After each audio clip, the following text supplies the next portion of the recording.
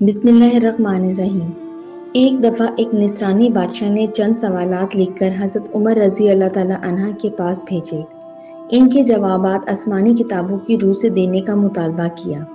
سوالات درج ذیل ہیں۔ پہلا سوال: ایک ماں کے شکم سے دو بچے ایک دن ایک ہی وقت پیدا ہوئے، پھر دونوں کا انتقال بھی ایک ہی دن ہوا۔ ایک بھائی کی عمر 100 سال بڑی اور دوسرے کی 100 سال چھوٹی ہوئی۔ یہ کون تھے اور ایسا کس طرح ہوا؟ دوسرا سوال: وہ کون سی زمین ہے جہاں ابتدائی پیدائش سے قیامت تک صرف ایک دفعہ سورج کی کرنیں لگیں، نہ پہلے کبھی لگی تھیں نہ آئندہ کبھی لگیں گی؟ تیسرا سوال: وہ کون سا قیدی ہے جس کی قید خانے میں سانس لینے کی اجازت نہیں اور وہ بغیر سانس لیے زندہ رہتا ہے؟ چوتھا سوال: وہ کون سی قبر ہے جس کا مردہ بھی زندہ اور قبر بھی زندہ، اور قبر اپنے مدفون کو سیر کراتی پھرتی تھی، پھر وہ مردہ قبر سے باہر نکل کر کچھ عرصہ زندہ رہ کر وفات پایا؟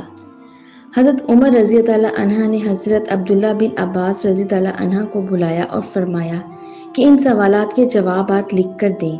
حضرت عبداللہ رضی اللہ عنہ نے قلم برداشتہ جواب تحریر فرما دیا۔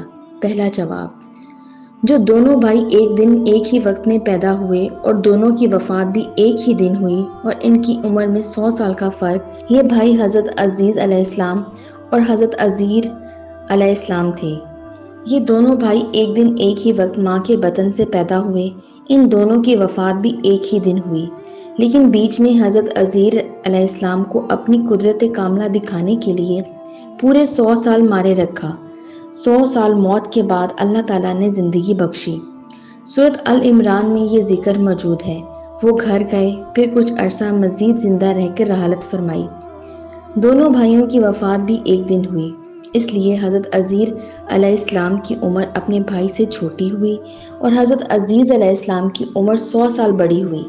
دوسرا جواب: وہ زمین سمندر کی کھاڑی کلزم کی تہ ہے جہاں فرعون مردود غرق ہوا تھا۔ حضرت موسیٰ علیہ السلام کے معجزے سے دریا خشک ہوا تھا۔ حکم الہی سے سورج نے بہت جلد سکھایا۔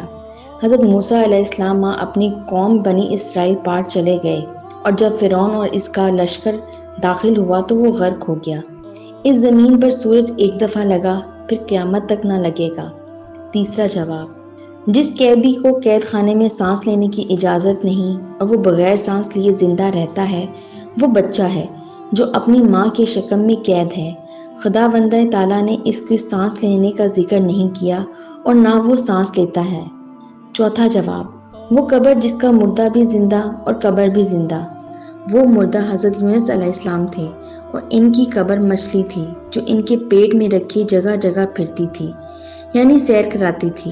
حضرت یونس علیہ السلام اللہ کے حکم سے مچھلی کے پیٹ سے باہر آ کے عرصے تک حیات رہے، پھر وفات ہوئی۔